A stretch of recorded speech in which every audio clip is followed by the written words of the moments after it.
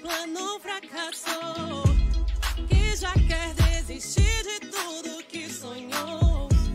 Cair também faz parte, ok. Mantenha a força. Boa tarde a todos, todas e todes. Estamos ao vivo mais uma vez com o programa Abrindo a Boca com a nossa locutora Elizabeth Lisboa. Tudo bem com você, Elizabeth? Tudo jóia, agora tudo jóia, né, Rick? 2 quartas-feiras que não apareço por aqui. Nossa. O coração já estava assim, ó. 2 quartas, gente. 2 quartas-feiras, ainda bem que hoje deu tudo certo e Graças a gente vai conseguir bater um papo muito gostoso durante todo esse mês aí de novembro. Você tá bem? Semana tranquila? Tudo bem, na paz. Tudo tranquilo. E ainda mais com esse tempo, né? À noite chega aquele friozinho. Eu sou suspeito que eu amo o frio. Então é mais gostoso ainda, né? Ainda mais com o amor do lado. Então não tem preço. Aquele chocolatinho. Verdade, verdade. A noite tá gostosa para um dengo mesmo. Com certeza. É isso aí. Rick, esse mês a gente vai falar muito. Esse pra gente aqui no Abrindo a Boca vai ser o mês da consciência negra, por direito, né, de forma muito prazerosa, e a gente vai falar muito sobre representatividade. Então, os nossos ouvintes, durante todo esse mês, vai conhecer profissionais negros de várias áreas, e o nosso objetivo é isso aí, é mostrar que a gente está em todo lugar. A representatividade é o ato de se sentir representado, e é isso que a gente quer fazer durante esse mês aqui. É essa sensação de estar sendo representado em todas as áreas, em várias áreas, não só da saúde. Eu acho que a gente vai conseguir trazer outras pessoas de outras áreas também. Isso aí. Porque é isso, né? Ser negro é uma luta constante, é resistência, e somos resistentes. E a gente está em todo lugar, e a gente tem que estar, sim, em todo lugar. Esse mês de novembro, no dia 20, a gente tem, de fato, o Dia da Consciência Negra, que também é o dia da morte de Zumbi dos Palmares. Então, no decorrer desse mês, a gente vai tentar trazer também um pouquinho mais de informação sobre isso, né? Então, a gente tem o direito de falar e de estar aqui e de trazer também personalidades que possam falar um pouco da sua história, né? A nossa história, geralmente, é uma história de muita luta, é uma história de muita perseverança. E essas pessoas que a gente vai trazer, além de falar sobre o nicho em que elas atuam, a gente também vai falar sobre a história delas, sobre como foi esse processo de chegar onde elas chegaram. A nossa caminhada é eterna, mas a gente já está em determinado ponto. Vamos falar sobre isso, vamos festejar isso e vamos partilhar a nossa história, né? Então, esse é o objetivo de todo esse mês de novembro. Para hoje, a gente...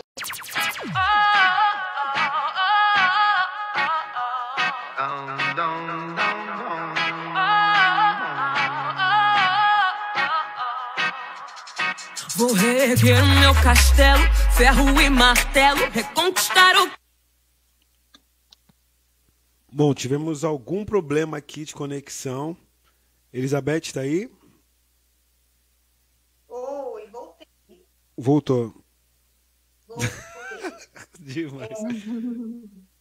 E Vamos aí, a gente vai falar durante todo esse mês, e hoje a gente vai falar com a doutora Nayara. Doutora, seja muito bem-vinda. Obrigada. Tudo bem com você? Tudo ótimo, fiquei muito feliz pelo convite. Unimax apresenta Se Toca Mulher. Outubro Rosa é o mês de conscientização e prevenção do câncer de mama. A melhor maneira de se prevenir contra o câncer de mama é o autocuidado. A cada ano, cerca de 60 mil mulheres recebem... Notícias do Brasil e do mundo. O país registrou 276 mortes pela Covid-19 nas últimas 24 horas. Ô, Elizabeth, eu acho que eu vou mandar para você um outro link, porque eu acho que nós estamos tendo um problema aí. Provavelmente é ataque hacker, porque está entrando bem na hora do Zoom. Eu vou mandar outro link. Vamos lá. Pode mandar. Infelizmente nós temos esse probleminha, né? Que é um problema das pessoas tentando derrubar a nossa live. Infelizmente, né, gente? As pessoas têm que ter um senso, né? Mas vamos lá. Isso não vai atrapalhar o nosso programa, não. E a gente vai continuar aqui com o programa Abrindo a Boca com a Elizabeth Lisboa aqui, na Rádio Boa Música FM, e nossa convidada. Enquanto isso, vamos aí de música.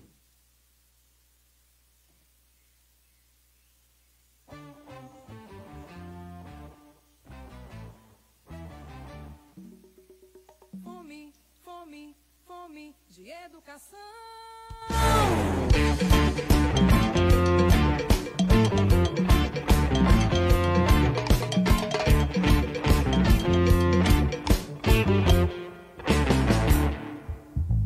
Reggae, reggae, reggae, grita nação. Onde está a solução? Lutar, lutar, lutar contra o poder e o descaso de quem lá está.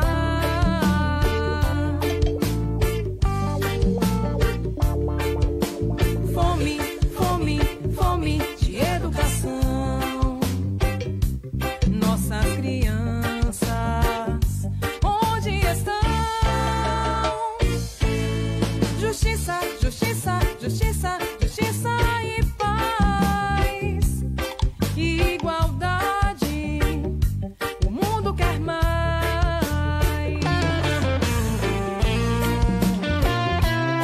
Acabou, chega de tanto sofrer. Acabou, é hora de tudo mudar. Acabou, chega de tanto sofrer. Acabou, é hora de tudo mudar. A educação é a arma mais poderosa para mudar o mundo. Reggae, reggae, reggae, grita nação. Onde está a solução?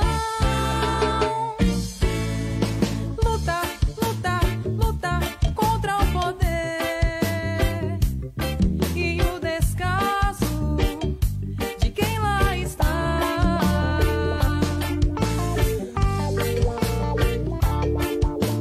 Fome, fome, fome de educação. Nossas crianças, onde estão? Justiça, justiça, justiça, justiça e paz. E igualdade, o mundo quer mais.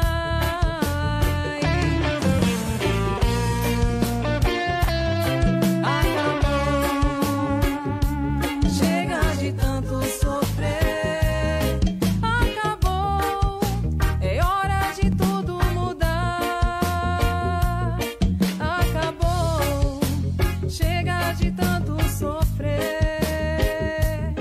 Acabou, é hora de tudo mudar.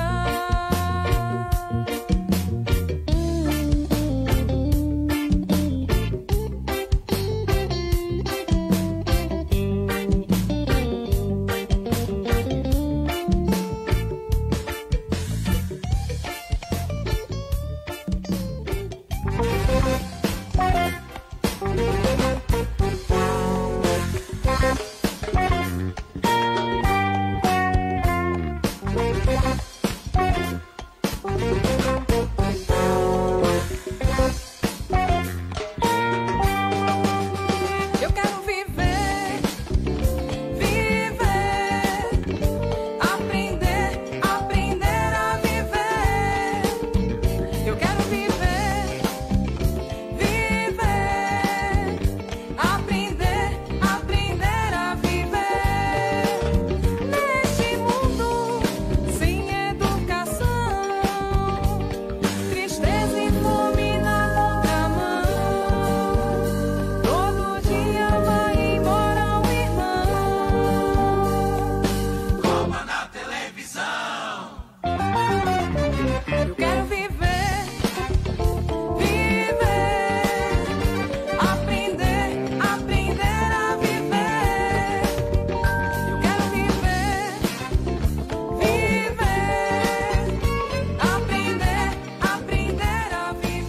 Voltamos com o programa Abrindo a Boca aqui com a nossa locutora Elizabeth Lisboa. Infelizmente, esse não é o primeiro programa que sofre esse problema. Tivemos já o programa do Caco, que já aconteceu umas 2, 3 vezes, e o programa Jus Soberano. Gente, pelo amor de Deus, né? Usar a plataforma e atacá-la não precisa, né? Derrubar o programa. A gente não está falando atacando ninguém, a gente não está falando nada demais. A gente está falando coisas pertinentes ao programa e sobre o mês de novembro. Então, não faz sentido, né? Fazer uma coisa dessa. Mas nós somos existentes e nós vamos continuar com o programa mesmo assim. É isso aí. Desculpa aí, Elizabeth, Nayara e a todos que estão nos acessando aqui. A central da rádio já está tomando providências em relação a isso. Podem continuar. Joia, então vamos lá, porque a gente é assim mesmo, né? A gente sabe que nada é suavezinho, né? Nem que seja, não estou dizendo que seja para outras pessoas, mas eu estou dizendo que para a gente a batalha é grande, ela é árdua, mas o que faz da gente tão incrível é que a gente não desiste, né? A gente não desiste, não. Então, bora continuar aqui o nosso assunto. Como eu disse, durante todo esse mês a gente vai trazer essa questão da representatividade, que é algo que a gente acredita que seja bastante importante, e hoje a gente trouxe a doutora Nayara Antônio, que é formada, graduada pela Unesp, pela Unesp, e que é mestre em odontopediatria pela São Leopoldo Mandic. Então, doutora Nayara, acho que agora a gente engrena. Você está bem? Eu estou bem, e você? Estou bem também, graças a Deus. É um prazer tê-la aqui no programa, viu, Nayara? E eu acho que a primeira pergunta que eu acho que eu vou fazer para todos os meus convidados durante esse mês é por que desta profissão? Vamos começar com a odontologia, né? Por que a odontologia? Na verdade, eu caí de paraquedas na odontologia, né? Então, eu estava na escola e coloquei odontologia no vestibular, mas totalmente despretensiosa, e passei. E aí, quando eu passei, eu resolvi fazer e eu fui me apaixonando, assim, de 4 meses de aula, eu já estava completamente apaixonada pela odontologia, e hoje eu não me vendo fazendo absolutamente nada diferente, porque é isso que eu amo fazer. Então, com certeza foi a mão de Deus aí guiando o meu caminho. E por que a odontopediatria? Eu sempre quis trabalhar com criança. Então, quando eu estava na escola, eu já sabia que eu queria trabalhar com saúde e com criança. Então, quando eu entrei na odonto, eu já sabia que eu queria ser pediatra. Eu lembro que no primeiro ano a gente fazia escovódromo, que é ir nas escolas, ensinar as crianças a escovar os dentes, e aquilo ali para mim era o auge, assim. Então, desde o primeiro ano de faculdade, eu sabia que eu queria ser odontopediatra. Então, acho que a decisão mais acertada, assim, foi a pediatria. Legal. E assim, é raro, viu? Deixa eu contar para todo mundo. Nós não temos muitas odontopediatras, não. São poucos dentistas que têm essa paixão pela odontopediatria. Eu, por exemplo, quando me formei, eu sabia que odontopediatria eu não faria, né? Não sabia o que era pediatria. Eu também tinha certeza que não ia fazer tratamento de canal, e depois de formada me apaixonei totalmente, e foi incrível depois, mas eu também tinha certeza que isso eu também não ia fazer nunca, né? Certezas, né? Vão se esvaindo com o tempo, a maturidade. Você fez uma faculdade pública, né? E como foi a questão? Você sofreu muito racismo? Não? Existia representatividade em relação aos seus professores? Como foi fazer uma faculdade de odontologia que ainda é uma faculdade com poucos negros? Como é que foi para você? Olha, a faculdade eu acho que foi o lugar que eu menos tive representatividade, assim. Professor negro, eu tinha de vários, porque cada matéria a gente acaba tendo 5, 6 professores na faculdade, né? Então, Eram muitos professores, eu tive um professor negro e mais ninguém. A faculdade não tinha negro, né? Então, na minha sala, era eu e mais uma amiga minha. Nas outras salas também, se tinha um negro na sala, era muito. Então, tinha sala que nem negro tinha. Então, na faculdade, representatividade nenhuma, assim, nenhuma mesmo. E passei por algumas coisas, passei por situações de racismo por parte dos professores, eu passei por existir a cota racial, tinha professor que falava na sala que era contra, então quem entrou por cota racial não devia estar aqui, a gente escutou comentários desse tipo. Por parte dos colegas de sala também, a gente vinha olhares. No meu baile de formatura, teve um episódio de racismo de uma colega de sala que eu considerava muito, e ela falou uma frase racista para segurança, e aquilo ali foi eu não lembro nem a sensação, assim, foi horrível, né? No baile de formatura, um momento feliz, e você escutar de uma pessoa que você considerou por todos os anos da faculdade e ver que a realidade dela era outra, né? Então, a faculdade, ela foi difícil, assim. Não só por isso, por outros motivos, né? Mas partindo desse ponto de representatividade, foi difícil. E, assim, a gente parte do princípio de que, por ser uma faculdade pública, você entrou com essa mentalidade? Não, estou indo para uma universidade. Apesar de ser um curso, a gente sabe que não vai ter tantos negros assim, mas por ser uma faculdade pública, né, a gente acredita que, né, poderia ter mais negros, né? Mas é porque também muitos entram através de escolas particulares, né? Então, o ensino público, que é onde a gente tem a massa esmagadora de pessoas negras, muitas vezes não te proporciona um ensino que te permita entrar numa faculdade pública, né? Então, provavelmente por isso que você não teve esses mais colegas negros na faculdade, mesmo ela sendo uma faculdade pública, né? Que doideira isso. É a tradução do racismo estrutural, né? Isso. Então, a estrutura da sociedade é assim, né? Infelizmente.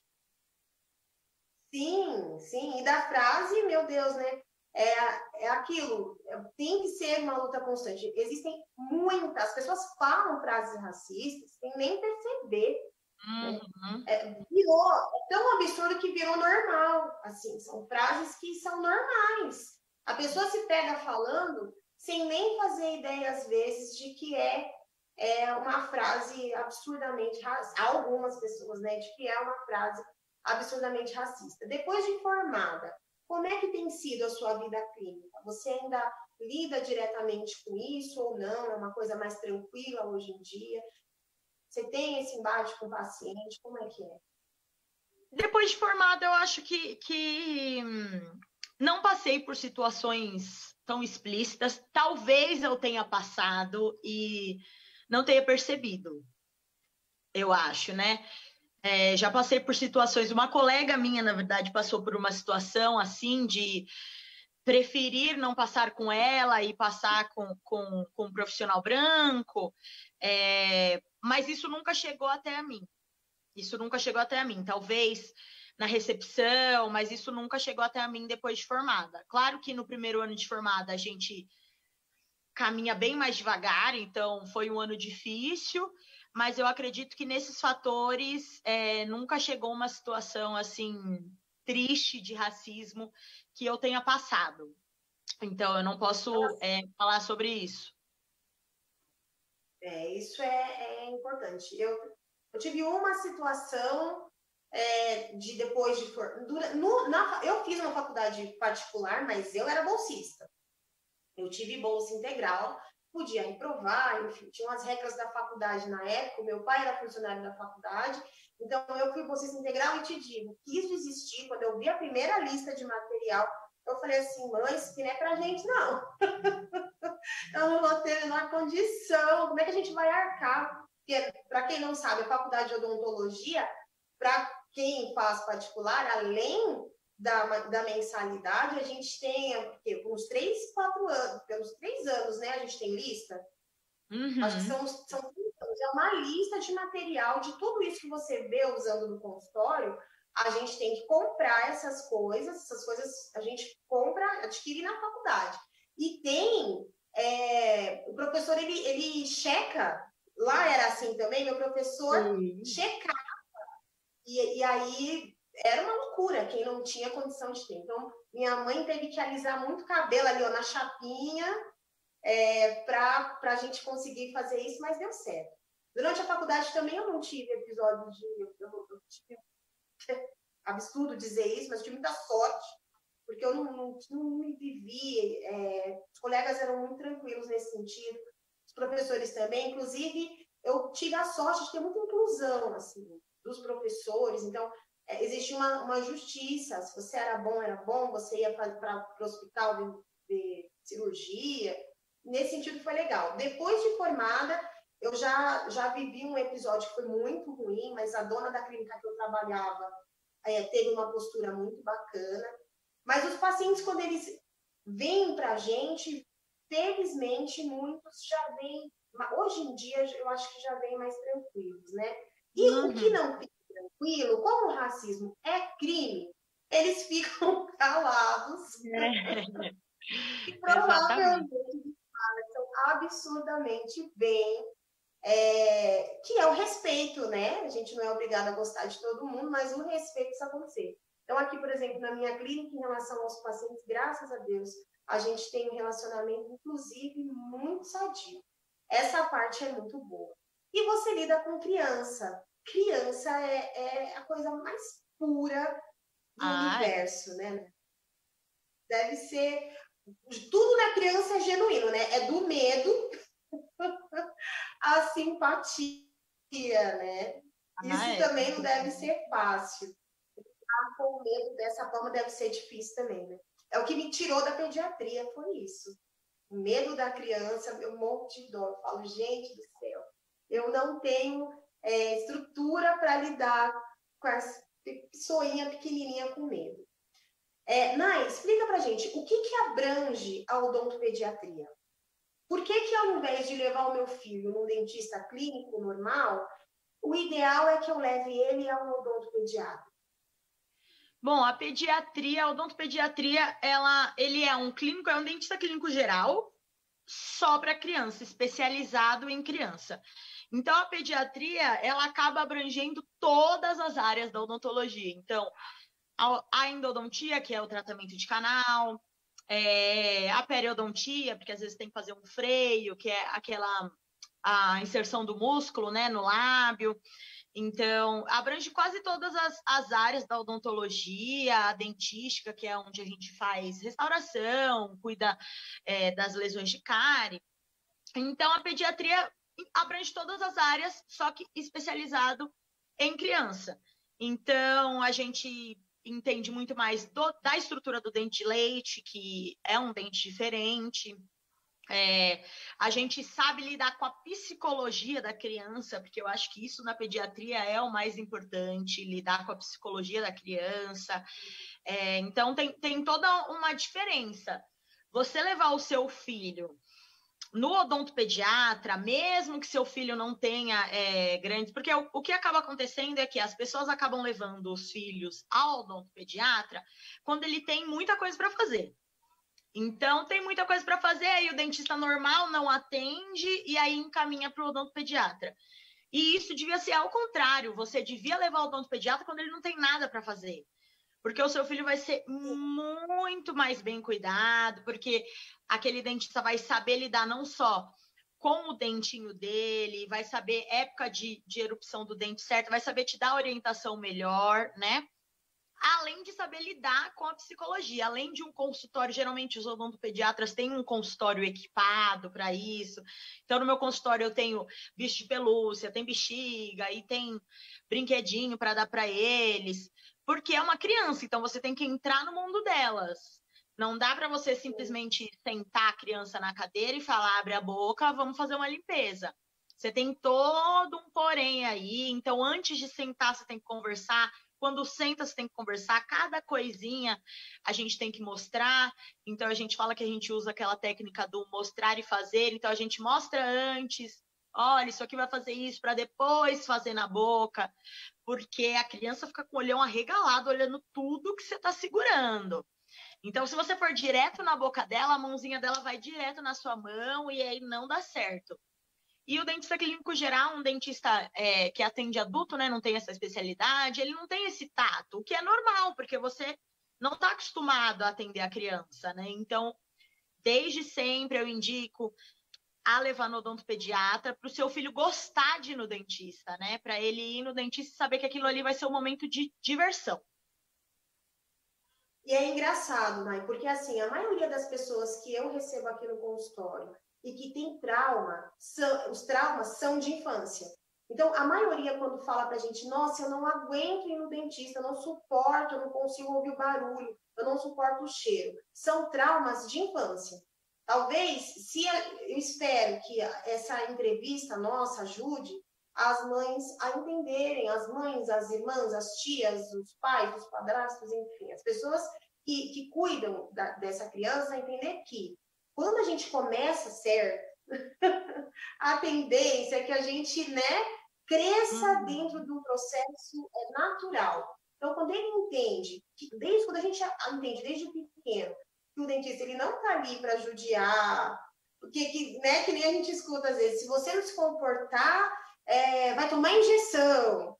E assim, quando a criança começa a entender que não é a intenção, que o nosso objetivo ali é a saúde dele, enfim, provavelmente, no decorrer da vida, ele vai passar para o clínico geral depois, adulto, e vai conseguir fazer a manutenção da sua saúde bucal com mais leveza.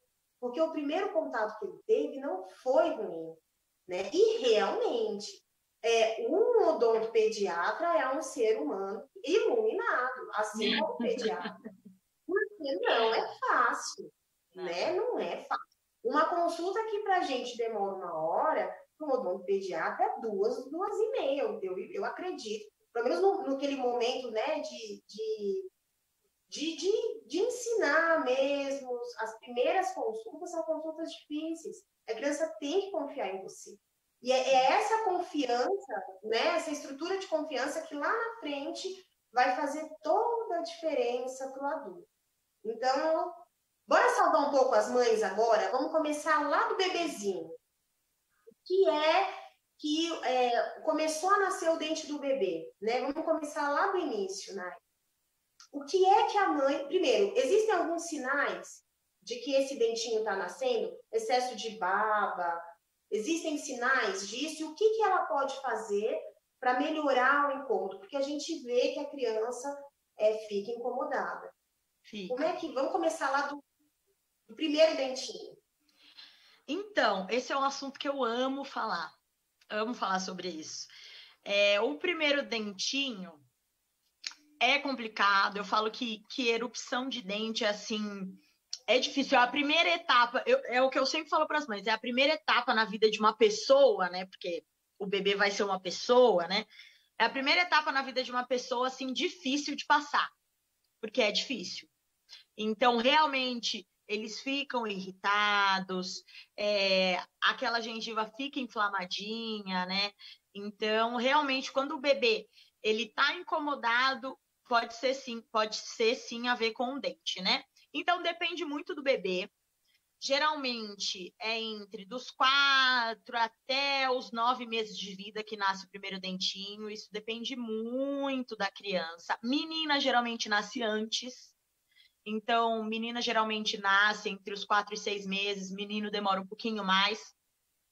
Mas é uma etapa que a gente tem que ficar de olho. Então, chegou aí com 4 meses, começou a babar muito, viu que a gengiva está mais enrijecida, está mais vermelha que as outras regiões, aí a gente tem que ficar atento que talvez possa ser o dentinho, sim. O que eu dou sempre de dica para as mamães, tem várias coisinhas que a gente pode usar, né? De dica para aliviar esses sintomas. Uma dica que eu dou bastante é a frutinha congelada. Então, isso tem que ser uma criança depois dos 6 meses, porque aí ela já tem que ter passado pela introdução alimentar, né? Uma criança com 4 meses ainda só deveria estar só ou mamando do peito ou à base de fórmula, né?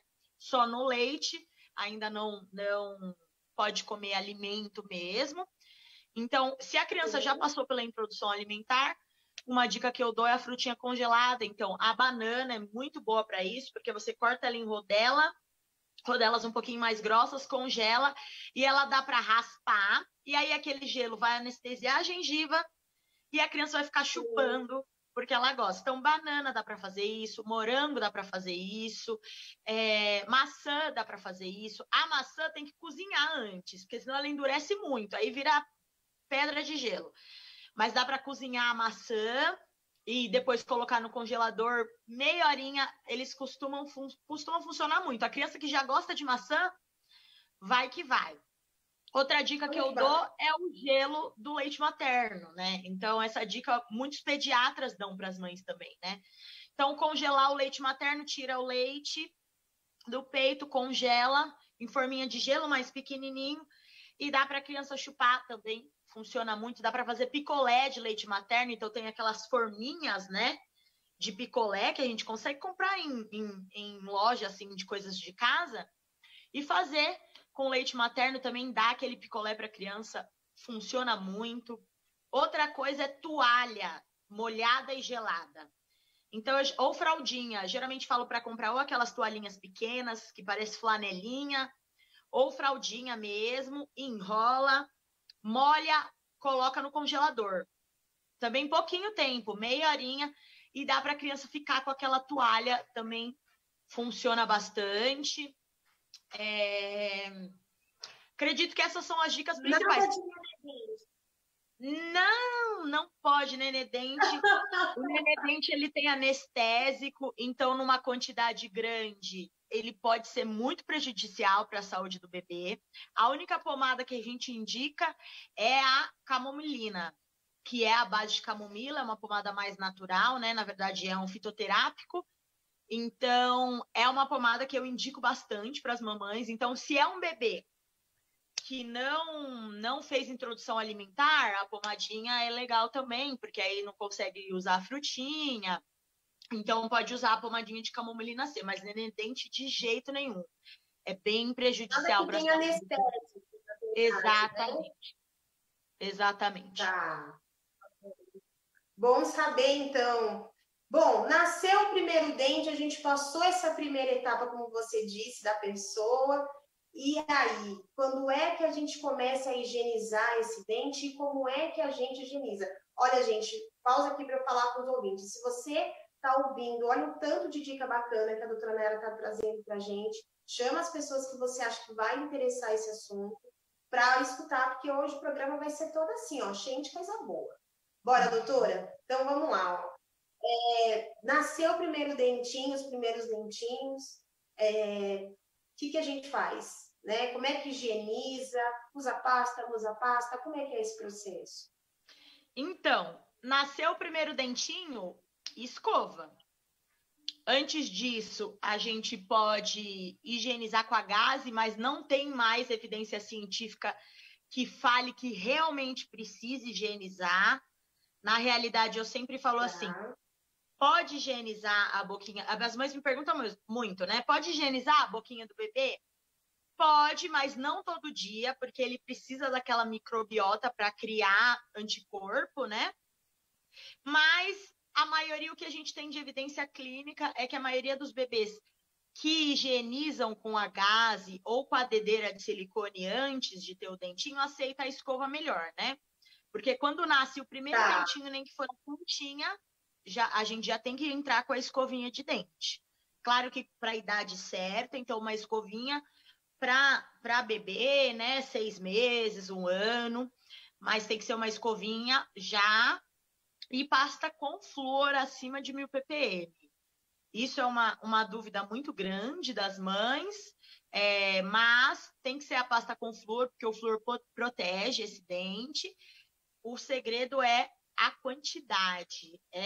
1 grão de arroz cru, é muito pouco, vai sujar, quase não dá para ver de pasta. E aí, com essa quantidade, você vai escovar o dentinho do bebê, mesmo que for um dentinho só. Tem que escovar com a escovinha. E com flúor, Com flúor. Com flúor acima de 1000 ppm de flúor. O segredo é a quantidade. A gente já tem também vários artigos científicos que mostram que o flúor não é tóxico para o bebê em quantidades pequenas.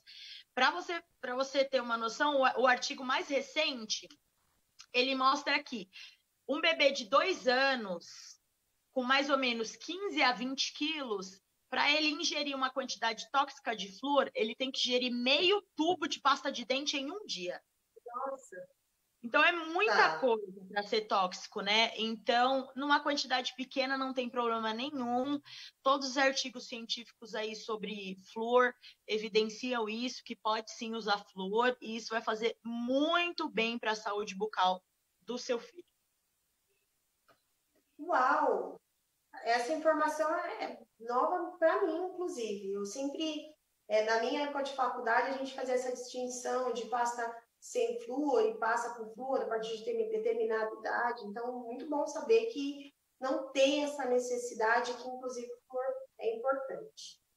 Nai, me fala uma coisa, fio dental. Fio dental e enxaguante bucal. Quando que usa, não usa, como é? Fio dental, a partir do... Nasceu 2 dentinhos, estão em contato? Vamos usar fio dental. Então, geralmente, os incisivinhos de baixo, que são esses 2 dentes da frente de baixo, são os que nascem primeiro, né? E aí, eles geralmente vêm encostadinhos. Aí, a gente já pode usar o fio dental nesses 2 dentinhos, né? Que estão encostadinhos. E enxaguante. Enxaguante eu geralmente indico para crianças acima de 7 anos, que são crianças que conseguem cuspir muito bem. O enxaguante bucal, na verdade, a gente usa como um perfume, assim, porque o que realmente vai retirar a placa é a escova. Sim. Então, o enxaguante é só se a mãe quiser muito. Às vezes a criança olha os pais usando, ela quer usar, né? Então, pode usar, mas uma criança acima de 7 anos que já sabe cuspir muito bem, então não vai ter problema nenhum. Usar em quantidade pequena ou até dissolver um pouquinho na água e dar para a criança, aí pode usar sim. Você falou sobre a erupção dos dentes e tudo mais, né? A gente tem o que a gente chama de cronologia da erupção, que é o tempo que cada dentinho vai nascer. E eu queria que você falasse um pouco sobre isso, sobre qual que é o momento de nascer esses dentinhos, e eu queria que você frisasse essa questão de que cada criança tem seu tempo, né? Porque eu tenho muitas amigas que me põem doida porque não tá nascendo e a gengiva não rasga, mas tem um tempo. Então, eu queria que você falasse pra gente aí com propriedade da palavra, como é essa cronologia, como é que acontece? Fala pra gente, né? Então, a cronologia da erupção, cada dentinho tem uma cronologia, né, que durante todos esses anos foi estudado, mas é muito diferente de criança para criança, muito diferente mesmo. Tanto os dentes de leite quanto os dentes permanentes. Então, é difícil a gente colocar assim, tal dente nasce com essa idade e tal dente nasce com tal idade, porque é muito diferente para cada criança. Então, eu sempre falo, os dentes começam a nascer geralmente com 4 meses ou até 8 meses. Então, tem todo esse tempo para nascer o primeiro dente. Ai, mas meu filho tem quase 1 ano e não nasceu nenhum. Tá tudo bem também. A maioria nasce entre 4 e 8. Mas, se seu filho ainda tem 1 ano e não nasceu nenhum, tá tudo bem. Vai nascer. A gente tem que começar a se alertar, eu sempre falo, a gente tem que começar a se alertar se não nasceu nenhum dentinho com 1 ano e 3 meses. Aí a gente tem que acender uma janelinha, procurar o odontopediatra, provavelmente vai precisar tirar um raio-x para a gente saber se o dentinho está ali, se ele precisa de ajuda ou se o dentinho não está, para a gente saber o que está acontecendo. Mas antes disso, despreocupado, o dentinho vai nascer, uma hora vem. Então, tem criança que realmente é mais tarde, tem criança que está no aniversário de 1 ano e não tem dente, e tem criança que com 4 meses já tem 2. Então, é muito diferente. Assim como o permanente, as mães geralmente vêm no consultório e falam assim, que ele está na escola e todos os amigos têm 4 dentes permanentes e ele não tem nenhum, só tem dente de leite. Muitas mães falam isso, o que também é normal. Dente permanente, quando que começa a trocar os dentes? 5 até 7 anos é para cair o primeiro dentinho. Ai, mas ele tem 8 e não caiu nenhum. Tudo bem, tem 8 e não caiu nenhum, é da característica dele, mas vamos investigar? Traz no odontopediatra, às vezes o dentinho de leite está impactado e o permanente está nascendo atrás e a mãe não viu, isso acontece muito. Então, tô nessa dúvida, procura o odontopediatra com calma, ele com certeza vai saber te ajudar a isso, mas as crianças são muito diferentes. Eu tenho uma paciente que inclusive a gente faz ortopedia, né, que é aparelho, e ela já tem 11 anos e não tem nem canino permanente ainda, que é as presinhas, né? E até eu me preocupava, mas no raio-x estava tudo bem, e é o tempo dela. Então, as crianças são bem diferentes mesmo, cada uma tem seu tempo, a gente tem que começar a se preocupar dependendo da idade. Então, primeiro dentinho, até 1 ano e 3 meses, depois disso, é bom procurar o odontopediatra. E geralmente com 8 anos, se não trocou nenhum, também é legal procurar o odontopediatra. Antes disso, tá tudo ok, pode ficar tranquilo, cada criança tem seu tempo. Não vamos comparar as crianças, que isso aí é pedir para ter dor de cabeça. Pois é, e eles sofrem, né? A ansiedade é nossa, e aí a gente acaba passando isso para eles, eles sofrem depois. Mais uma questão para os ouvintes, quem tiver pergunta, pode ir mandando no chat da rádio, que o Rick, mais tarde um pouquinho, o Rick ele vai tentar trazer o que ele conseguir anotar para a gente de pergunta para a doutora Nayara poder responder, tá bom? Mãe, eu acho que é o ser que mais, eu como mãe posso dizer isso, a gente é cheia de perguntas, a gente é cheia de dúvida, a gente tentou reunir algumas aqui, mas sempre fica uma outra que é só sua, então você pode mandar, né, doutora? Que a doutora Nayara ela dispôs a responder. Você falou sobre dente impactado, sobre quando a troca do dentinho de leite para o dentinho permanente, que é assim que a gente chama, o dente que nasce depois. E eu acredito que muitas mães já repararam que o dentinho de leite, ele sai pequenininho, né? E eu queria que você explicasse por que ele não tem raiz, ele tem raiz. Então, vamos desmistificar um pouco essa questão do dentinho de leite nascer pequenininho. Por que isso acontece? Ele sai pequenininho, né? Então, vamos lá. O dentinho de leite, eu sempre explico isso no consultório. O dentinho de leite, ele tem raiz, igualzinho o dente permanente. Tem a raiz lá dentro do osso, uma raizona ainda. E aí, a gente nasce, né? Os dentes são formados, geralmente quase todos os dentes permanentes são formados já ainda na vida intrauterina. Então, se a gente tirar um raio-x da boca de um bebê, vai ter um monte de dente. Então, o que acontece? O dente de leite, ele tem a raizinha dentro do osso e o dente permanente para nascer, ele vai empurrando. Então, o próprio organismo da criança faz isso, reabsorve, então vai comendo essa raizinha para o dente permanente nascer. E como é que o dente de leite fica mole? Porque ele não tem mais sustentação. Então, o permanente está batendo aqui na portinha. A raizinha foi toda comidinha. O próprio organismo comeu essa raizinha. E aí o dente fica mole, cai e o permanente pode subir aí e aparecer na boca. O que acontece, que, como eu falei, é dentinho de leite impactado. Então, o dente de leite fica preso ali na gengivinha. Às vezes, ele fica impactado até com a própria raiz. E o permanente desvia o caminho. Então, o permanente vem por trás, pela frente, e acaba aqui, não reabsorve essa raiz, porque ele desviou o lugar. Às vezes, pela boquinha da criança ser pequena, não ter espaço. Às vezes, pela criança não ter estímulo. Então, o dente começa a ficar mole, ela não balança. O dente começa a ficar mole, ela não morde mais em cima. E isso perde o estímulo daquele dente reabsorver a raiz e o permanente desvia. E aí, o dentinho de leite fica preso ali na gengivinha e o permanente já apareceu. Aí tem que procurar o odontopediatra com urgência para a gente tirar esse dentinho de leite, para o dente permanente conseguir vir para o lugar dele certinho. Porque se a gente esperar muito, o dentinho de leite fica ali, o permanente vai desviar cada vez mais do lugar dele, e aí bagunça toda aí a mordida da criança. Deixa eu te falar, vamos falar uma coisa importante, que também assim, olha, mesmo tanto que existe um processo natural, que é o que você está falando para a gente, né? Do dente permanente reabsorvendo o dentinho de leite, e aí sim ele fica molinho e pronto para sair. Quando a gente perde um dente de leite com raiz, né? Existe a questão ali também do permanente não ter força para sair. Fala um pouquinho também para a gente sobre isso, porque é importante esperar. Eu lembrei de um caso que eu tive lá no início da minha formação de uma mãe, que forçava o dente à torta ou direita para sair. Quando saía, o dente saía com aquela raizona enorme, porque ela achava que estava na hora de cair, o dente não caía.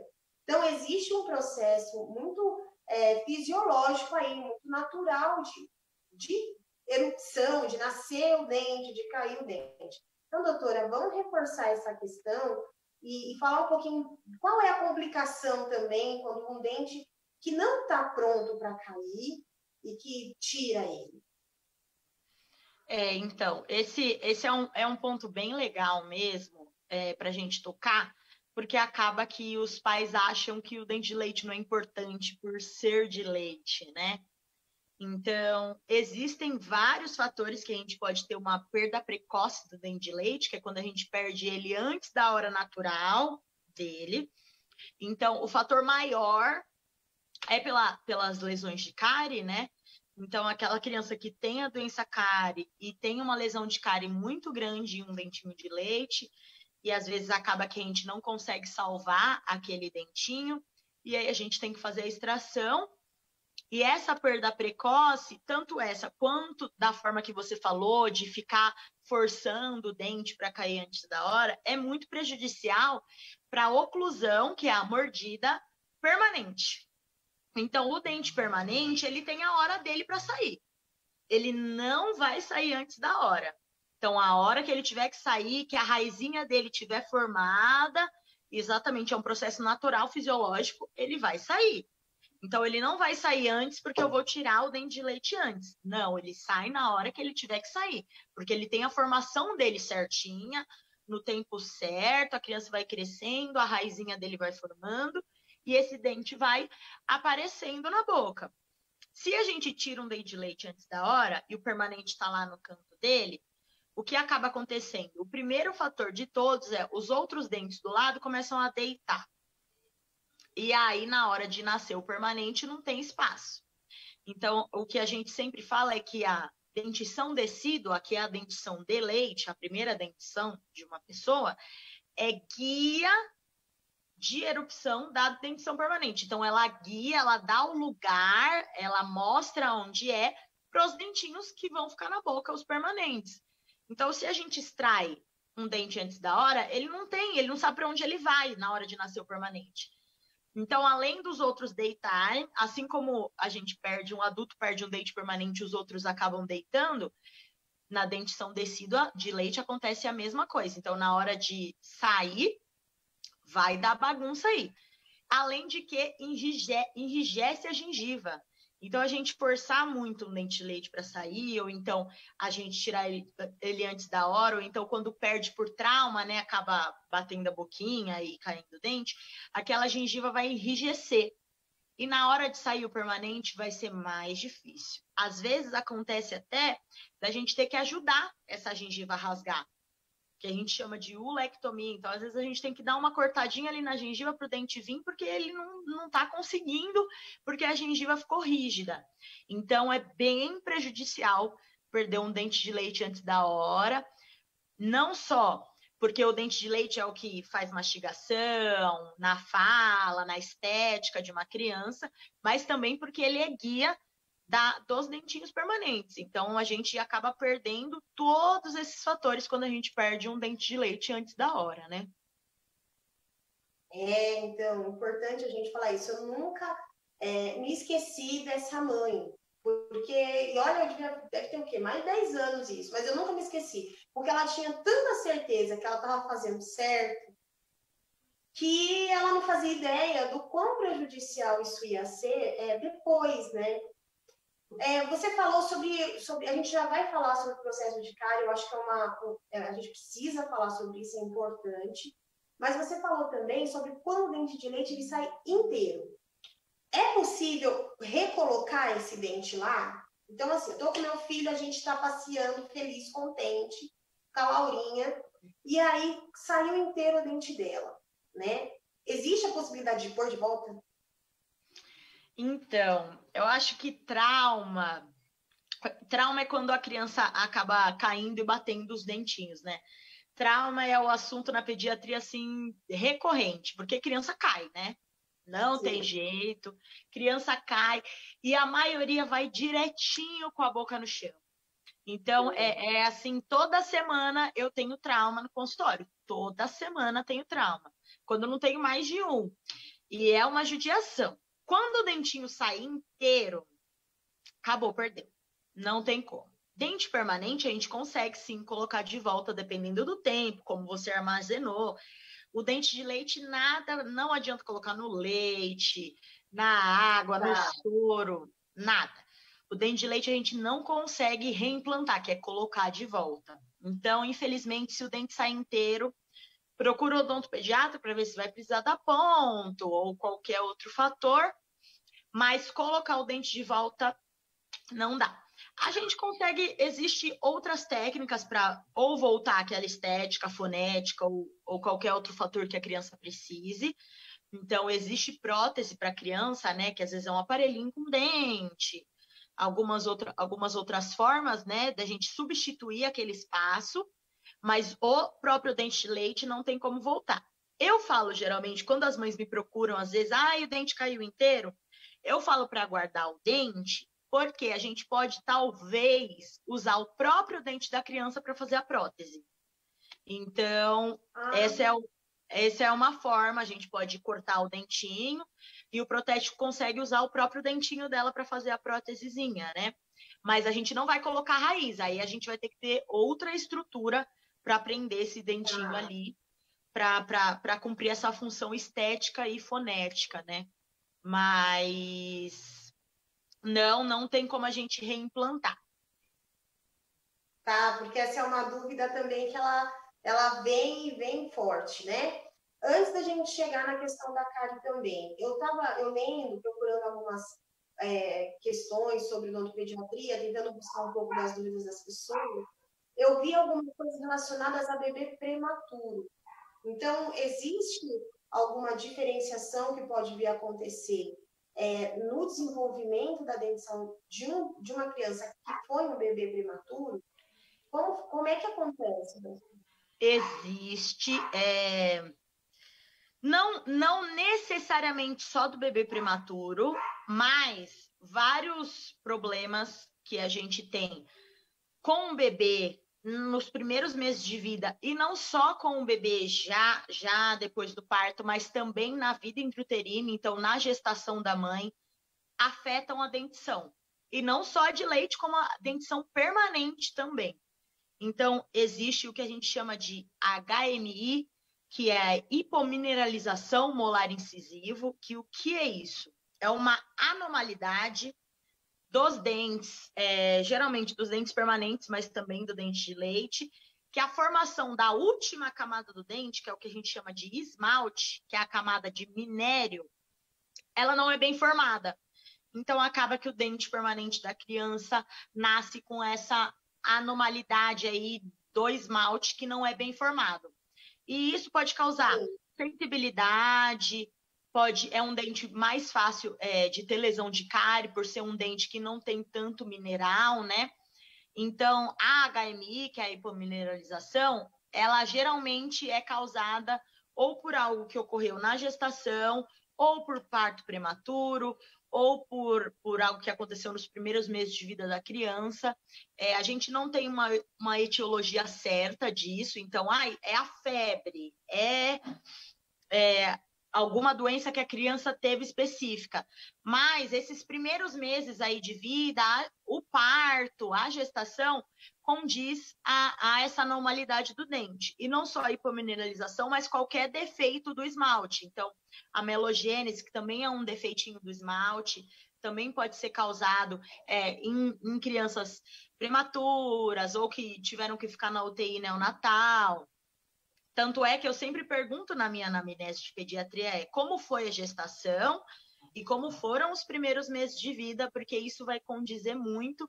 E a maioria das mães que falam, ai, nasceu prematuro, ou eu tive muito problema na gestação, foi gestação de risco, ou ficou na UTI neonatal por tantos meses, ou teve que fazer cirurgia menor de 6 meses. Quando a criança abre a boquinha, ela tem algum probleminha no esmalte desse dente. Então, tem tudo a ver aí com isso. E essas crianças que têm esses problemas no esmalte, que são manchas amarronzadas, ou um esmalte quebradiço, mancha esbranquiçada, né? Ou tem buraquinhos. É isso, dentes manchados, né? E aí, geralmente, essas crianças que tem que ir no odontopediatra com menor frequência. Então, eu geralmente falo, vem de 4 em 4 meses, tem que fazer limpezinha, fazer aplicação de flúor, às vezes a gente tem que fazer um selante nesse dente, porque eu pego casos com hipomineralização com muita sensibilidade que a criança não consegue tomar água gelada que o dentinho dói. Então, tem que ficar de olho aí no dentinho. Então, se você perceber que o dente da sua criança está com uma coloração diferente, ele reclama quando toma sorvete, quando toma água, às vezes pode não ser cárie, pode ser um desses probleminhas de esmalte, e aí tem que procurar o odontopediatra para a gente tratar isso bem de pertinho. Certinho. Uma outra questão que eu acho que a gente precisa falar também, doutora, existem dentes permanentes que nascem sem que nenhum outro caia, né? E eles ficam na boca já há mais tempo, ele está lá no fundo. Então, fala um pouquinho para a gente sobre os molares, né, que vão vir e que ninguém vai cair. Então, ela não vai ter aquele estágio de que o dente é novinho em folha ali na boca, né? Os primeiros molares que a gente chama, né, que são esses dentes que nascem lá no fundo, geralmente com 6 anos, 6, 7 anos, né? E eles nascem na mesma época que a criança está começando a trocar o dente. Então, a mãe nem percebe que a criança está começando a trocar o da frente, está nascendo no fundo. Nunca que ela vai pensar nisso. E aí, o que acaba acontecendo? Muita negligência na escovação. Porque são dentes que nascem nessa fase, 6, 7 anos, as crianças geralmente não notam, as mães não notam, e aí tem que começar a escovar mais lá no fundo, quando eles começam a nascer, e aí acaba não indo com a escova até lá no fundo, e aí geralmente são dentes que sofrem negligência na higienização, e são dentes, assim, a gente fala que são os dentes permanentes que mais dão problema nos adultos, justamente porque quando era criança, não cuidou, e aí acaba que com 7 anos tem que restaurar um dente que acabou de nascer, e aí fica a vida inteira nesse ciclo até a hora que dá um canal, uma coroa, né? Então, são dentinhos que a gente tem que tomar cuidado. Então, uma dica que eu sempre dou para as mães que já vão sempre no consultório desde cedo, 6 anos, começou a trocar a dentição, a criança fez 6 anos, olha lá no fundo, vê se está nascendo, vê se tem gengivinha já vermelha, para quando esse dente começar a aparecer, ir com a escovinha até lá no fundo, para a gente conseguir higienizar bem esses dentes, que são dentes permanentes e vão ficar a vida inteira na boca, e nascem bem cedo. E são dentes que têm bastante invaginação, então qualquer sujeirinha fica presa, e aí a gengivinha fica em cima, porque está nascendo, fica uma gengivinha em cima, e aí mais fácil ainda de entrar comida ali. Então a gente tem que ficar bem de olho nesses dentinhos. Indico bastante selante, né, que é quando a gente coloca um materialzinho para fechar essa invaginação do dente, para ficar mais fácil de higienizar. Então, criança que já tem um monte de lesão de cárie e tá nascendo esse dente, e eu sei que a higienização não é tão boa, aí eu falo para a mãe, vamos selar então? Porque já não tá conseguindo higienizar os dentes de leite, tá começando a nascer, é um dente que vai ficar a vida inteira, então é melhor a gente proteger para não correr o risco de ter cárie num dentinho novinho, né? Exatamente. É um dente que ele vem muito discreto, né? Então, mamães, fiquem atentas, né? Vai nascer um dente que já é um dente permanente, esse dente não vai cair. E ele vai nascer lá no fundo, atrás do último dentinho pequenininho, e ele já é um dente, vai cair na cavidade a vida toda. Então, a gente tem que tomar todo o cuidado possível com ele, né? E é o primeiro dente que vem bem cariado mesmo. Falando sobre a cárie, vamos conversar sobre uma questão que é muito super importante, né? Dente de leite tem nervo? Tem. Tem nervo. Dói. Dói igual dente permanente, igualzinho. Aquela dor horrível. Sim, aquela dor que lateja. A mesma dor. Exatamente. E dente de leite ainda dá mais pus que o de adulto. É muito fácil de dar pus no dente de leite. Tem aquela bolha de pus que a gente chama de fístula, né? Que nasce, e aí aí é que as mães veem que a cárie tá realmente grave, que aí já vem com aquela bolhona de pus na raizinha ali do dente, na gengivinha, e aí ali já não tem mais jeito, a gente vai precisar tratar o canal, que é algo que as mães geralmente não sabem, que trata canal de dente de leite. Vamos falar sobre isso. Vamos falar, passa pra gente, doutora, tudo que você der a respeito do processo carioso. Fala um pouquinho para a gente sobre a dieta, né? Essa dieta cariogênica que ela precisa ser tão bem observada na infância. E porque dente de leite dói, dente de leite precisa fazer canal, né? Vamos tentar tirar a mentalidade do porque é de leite, pode tirar. Né? Você acabou de falar a importância de manter o dente na cavidade pelo período que ele tem que ficar na cavidade. Então, vou te dar a palavra agora aqui, ó, para largar minhas perguntas, porque eu quero uma aula sobre a importância da gente não ter um processo carioso no dente de leite, da gente tentar não precisar chegar a um tratamento de canal, mas se houver necessidade de realizar esse tratamento, para manter esse dente na boca. Bora lá. Vou até me pegar aqui, ó, minha xícarazinha. Então, vamos lá. A doença cárie, ela é a doença mais prevalente, né? Não só no Brasil, como no mundo. É uma doença com a prevalência muito grande. E ela é uma doença muito perigosa. Então, a gente acaba negligenciando a cárie por ser no dente, uma carizinha, só restaurar. Só que um dente é um órgão. Então, a gente tem que tratar ele como o órgão que ele é, né? Então, já expliquei a importância de manter um dente de leite na cavidade. E eu acho que mais do que isso é o que eu sempre falo para as mães do consultório. Mais do que a gente falar que tem que manter o dente de leite para mastigação, para a erupção do dentinho permanente ser ok e tudo isso, é a gente falar que dente de leite sente dor. E eu acho que nenhuma mãe quer que seu filho sinta dor de dente. O que tem de criança que de madrugada não dorme porque tá com dor de dente, aí chega no consultório no outro dia, e aí uma criança que vai no consultório com dor é muito mais difícil de atender, é muito mais sofrido, porque aquela criança já tá com dor, ela já tá irritada, e aí a gente tem que anestesiar um dentinho que já tá inflamado, e eu não consigo conversar, porque a criança tá com dor, ela vai conversar o quê comigo?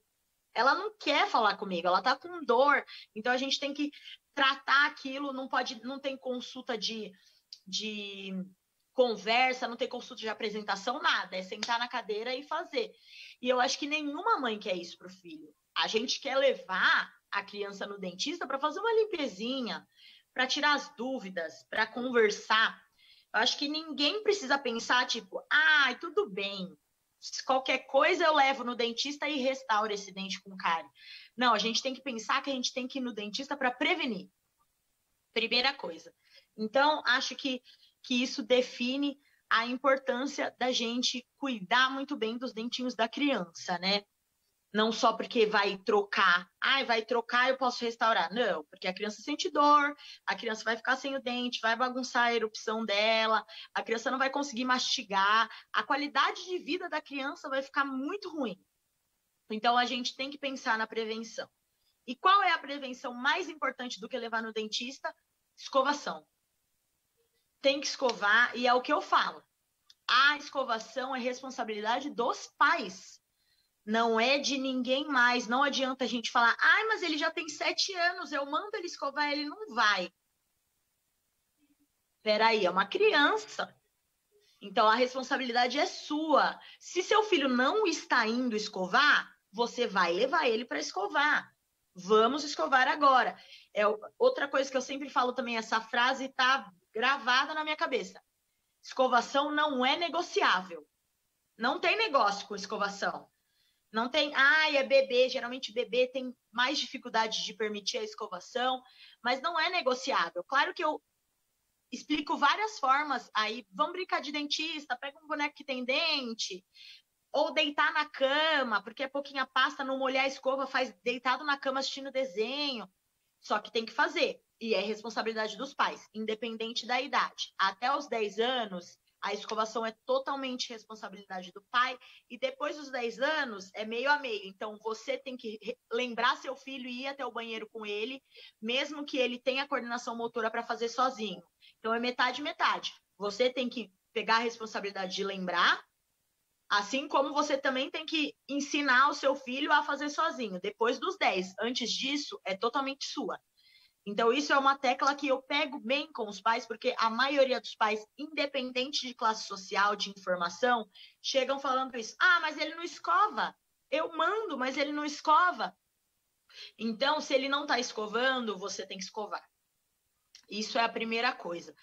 Então, a escovação não é negociável e a gente tem que pensar nisso.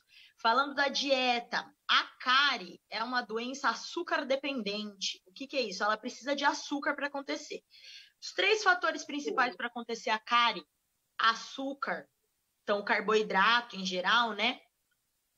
Tempo, então o açúcar precisa de um tempo para realmente dar a cárie. E aí a bactéria. Então precisa de tudo isso para formar a placa para acontecer a lesão de cárie nos dentinhos. Então, se a criança come doce, mas escova logo depois, pode ser que essa cárie não aconteça. Eu vou explicar um pouquinho do doce daqui a pouco. Se a criança não come doce, mas come outros tipos de carboidrato, claro que o açúcar refinado é muito pior, mas qualquer carboidrato pode gerar essa placa. Então, ela come qualquer outro tipo de carboidrato, que todo mundo come carboidrato, arroz, macarrão, enfim. Sim. E ela não escova, a cárie também vai acontecer. Então, ela precisa disso para acontecer. Então, partindo da dieta, falando do açúcar, o que eu sempre falo para os pais é muito mais importante, isso pensando do lado odontológico, muito mais importante que comer o doce ou não é a frequência, muito mais importante que a quantidade. Falando da visão odontológica, claro, não pela saúde em geral, né? Mas é muito melhor que essa criança almoce, coma um doce e vai escovar do que ela comer. Exato, do que ela comer um M&M, come um M&M a uma, depois as 2 come outro M&M, do que ela pegar um pedaço grande de chocolate e comer depois do almoço e já escovar. Não existe um mundo que uma criança não coma doce. Não existe esse mundo. Eu sei que não. Não é nem saudável, né? Exatamente. Mas a gente precisa ver qual é a frequência que essa criança está comendo doce. Então, no consultório, eu costumo pedir o diário alimentar, né, para crianças que têm grande índice de lesões de cárie, que é para escrever que horas que está comendo, o que está comendo e que horas que está escovando. Porque às vezes a mãe vem com um diário, comeu açúcar o dia inteiro, então comeu bolacha maisena, que às vezes a mãe não sabe que é açúcar. Tomou suco de caixinha, que a mãe também não se atenta que é açúcar. E aí ficou o dia inteiro. A bolacha maisena fica naquele pote de vidro. E a criança vai só comendo o dia inteiro. E vai escovar só à noite, na hora que a mãe chega do trabalho. Ficou o dia inteiro com aquele açúcar no dente.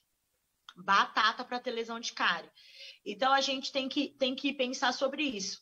Qual é a frequência que meu filho está comendo açúcar? E não só o açúcar do doce, o açúcar de todos os alimentos industrializados. Porque a maioria dos alimentos industrializados contém açúcar. Então, a gente tem que ficar de olho com a alimentação nesse quesito. E eu falo o quê? Comida para criança, né? Não pode ser a livre demanda nenhuma. Claro que a amamentação, a livre demanda. Mas a gente não pode deixar um pote de bolacha de água e sal para a criança pegar a hora que ela quer. A criança tem que conversar com você, ela tem que pedir. Ai, tô com fome, então agora é a hora de comer e depois a gente vai escovar.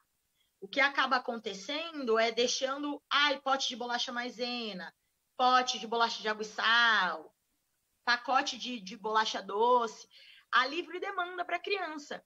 E aí, assim como a gente também, quando está em casa, come toda hora, a criança vai fazer isso. E aí é batata para ter lesão de cárie. Então, a gente tem que ficar atento a isso. Não é para proibir a criança de comer o doce, nem nada disso, nem deixar a criança passando fome, pelo amor de Deus. E sim, a gente ficar atento aos horários. Criar uma rotina para a criança, tanto uma rotina de alimentação, quanto uma rotina de escovação. Então, a gente tem que criar essa rotina para a criança e criança se adapta muito fácil à rotina. Então, se você criar uma rotina para ela, ela vai se adaptar a comer naqueles horários, ela mesma, depois que ela for maior, ela mesma vai falar, mamãe, agora é papai, agora é hora de escovar o dente. Então, criar essa rotina para a criança e não dormir sem escovar o dente de jeito maneira. Isso tanto para bebê quanto para criança. A única coisa que a criança pode tomar de madrugada é amamentação do peito. Isso pode. Leite da mamãe, livre demanda. Isso, quem decide a hora de parar de amamentar é sempre a mãe. Leite do peito não faz mal nenhum, mas é só isso. Fórmula também não pode. A não ser que seja um bebê que não tenha outro tipo de alimentação, né? Então, eles vão mamar de madrugada, isso acontece. Mas crianças maiores, tomar mamadeira já dormindo com Todd.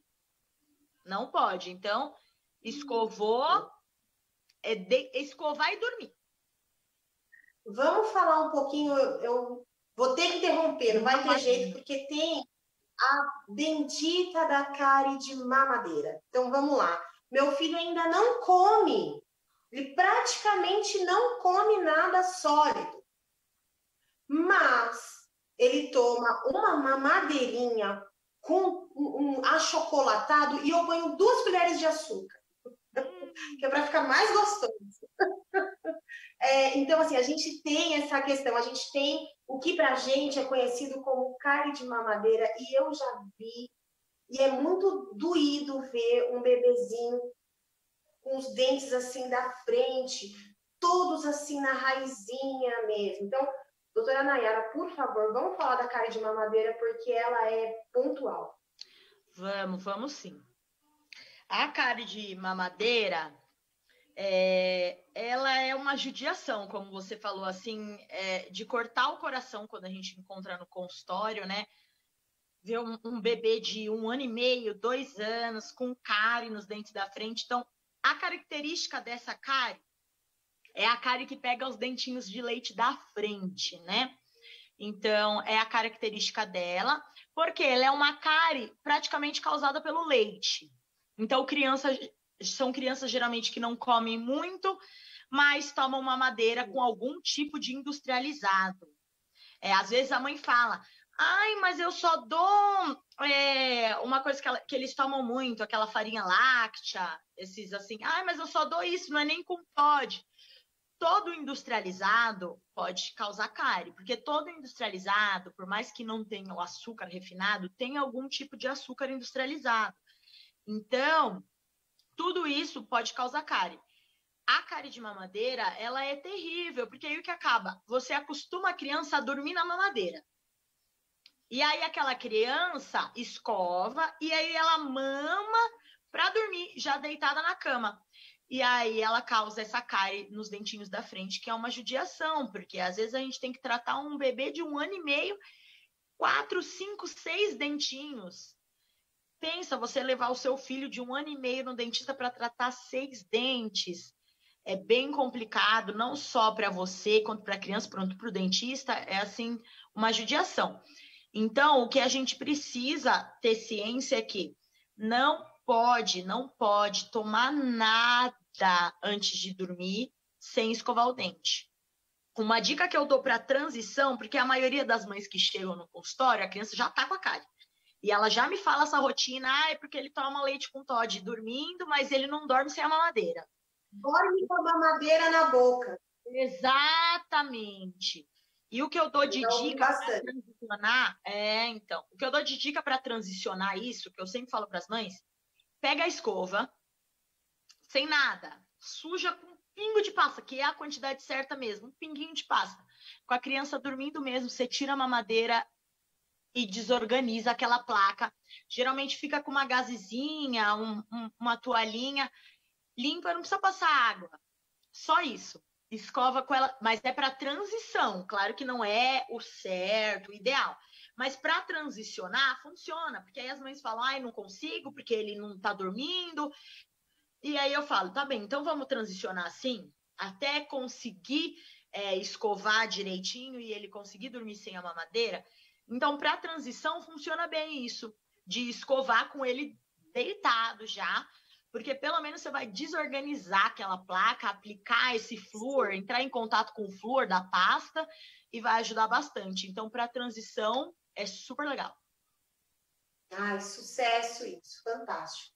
É possível, então, fazer tratamento de canal em criança. A cárie ela ficou muito profunda e atingiu aquela região viva dentro do dentinho da criança. A gente pode fazer tratamento de canal e deve fazer, né? Sim, com certeza.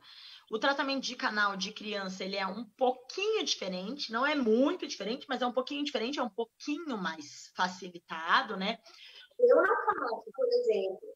Eu faço tratamento de canal. Aqui no meu consultório, inclusive, eu não tenho odontopediatra. Então, a gente já vai bater um papo aqui, ó, para fazer uma parceria, porque você, de fato, é fantástica. Você é fantástica. Eu estou tendo uma aula com você. Assim, que bom que você está aqui. E eu não faço, né? Eu tenho algumas informações, inclusive agora eu vou melhorar para poder falar com os pais, mas eles sempre passam com a gente e querem tirar uma dúvida ou outra, né? Então, bora falar. Como existe uma diferença, sim, significativa do tratamento de adulto para criança. Fala pra gente mais ou menos como é que funciona. Então, o tratamento de canal, ele é um pouquinho diferente, mas ele precisa ser feito porque, por todos os motivos que a gente já conversou sobre ter que manter esse dente. Então, se a cárie, ela chega no coração, que é o nervo do dente, assim como no permanente, que chega no nervinho, essa criança vai sentir dor, aquele nervinho vai morrer, vai formar pus, e aí não tem jeito, a gente vai precisar tratar o canalzinho desse dente.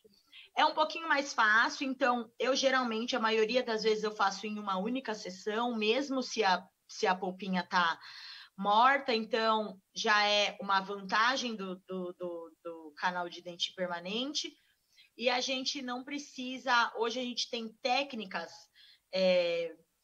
de endodontia, que é o canal em criança, que é um pouquinho mais fácil do que o que a gente tinha antes, que a gente usa um antibiótico um pouquinho mais fácil e não precisa usar aquela quantidade toda de lima, que é aquele que fica entrando no canalzinho, então isso também facilita. E então a gente consegue fazer muito mais fácil do que um dente permanente. Claro que ainda é um canal, ainda é um procedimento um pouquinho mais demorado, a criança precisa ficar com a boquinha aberta, não pode entrar saliva no dente, então tem todos esses poréns, que, claro, é uma dificuldade na pediatria, mas se você levar o seu filho a um odontopediatra, ele vai saber lidar melhor, né? Mas se precisar fazer, eu sempre falo para os pais do consultório, eu falo, se precisa fazer, é o melhor a fazer, é o canalzinho, para não precisar extrair aquele dente e acabar perdendo o dente antes da hora. Então, se a cárie chega muito funda, aí acaba que realmente vai precisar fazer o canal, assim como no dente permanente precisaria fazer um canal com uma cárie muito funda. Então, por isso que a gente tem que escovar, porque dente de leite também faz canal, também dói, também tem nervo, também sangra. Então, Por isso que é importante, tão importante a escovação. Gengiva inflama, né? Exatamente. Tem tártaro também. Então, todo o processo, tudo que acontece com o adulto também vai acontecer com a criança. E quando você tem um profissional especializado no tratamento, a vida muda. Falando em profissional especializado, quando é que eu devo fazer a primeira consulta com o odontopediatra? Como é que é? Que momento da vida da criança eu falo, não, bora conhecer a tia Nayara.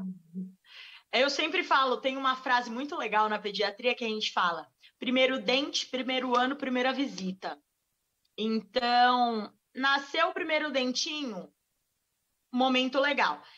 O que é ideal, que é difícil de acontecer, mas é o ideal, fazer o pré-natal odontológico. Então, a gestante, quando descobre que está gestante, momento ideal no segundo trimestre de gestação, procurar o odontopediatra, porque o odontopediatra também sabe tratar a gestante muito bem. Então, fazer o seu pré-natal odontológico, até porque a gente sabe que doença periodontal é muito prejudicial na gestação, né? Então, a gestante deve procurar o dentista, fazer o pré-natal, porque ele vai conseguir passar também as informações para o bebê, para os primeiros meses de vida, que é aquele tempo que a mãe não consegue ficar saindo com o bebê, né? Tá em casa, é uma adaptação dos dois, da família.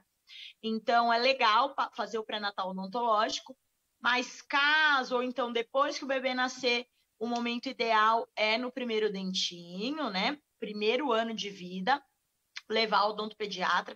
Claro que vai ser uma consulta de tirar dúvida, de conversa, de mudar a rotina, de adaptação, mas é muito legal para a gente conseguir essa prevenção que a gente tanto está falando aqui hoje, que é para a criança passar a vida dela toda indo no dentista só para prevenção. Como é que é na sua clínica? Como é essa primeira consulta na sua clínica? A gente fala sobre condicionamento, né? A gente, quando está na faculdade, a gente aprende muito sobre condicionamento da criança, né? E como é que você trabalha essa primeira consulta da criança, doutora? A realidade é que o bebê, eu sempre falo assim, o bebê ainda é mais fácil de atender, um bebê menor de 1 ano. Então, na primeira consulta, converso muito com a mãe, tiro todas as dúvidas dela antes de chegar perto da boquinha do bebê. Então, sou eu e os pais, geralmente, a gente conversa, tira dúvida, eu falo sobre escovação, sobre alimentação, sobre a rotina, pergunto como foi na gestação, dou todas as informações que eles precisam, que eles procuram, tudo isso. E logo depois a gente faz o exame da cavidade do bebê. Claro que o bebê, a gente não consegue conversar como uma criança maior, que a gente consegue conversar, mas a gente faz de uma forma muito carinhosa, que é colocar eu geralmente faço entre a minha perna e a perna de um responsável, ou do pai ou da mãe, coloco a cabecinha dele no meu colo, e aí a perninha dele vai ficar com a mamãe vai segurar a mãozinha fazendo carinho, e geralmente tem uma aceitação muito legal dos bebês. Então, um bebê menor de 1 ano, nessa posição, é uma posição que a gente tem uma aceitação legal, porque ele vai conseguir olhar para a mamãe, a gente vai conseguir ver, e aí é um contato carinhoso, né? Então, geralmente examino toda a cavidade bucal, mesmo se não tem o dente. A gente vê como está a sucção também. Às vezes a gente consegue dar orientação de amamentação, que é muito importante.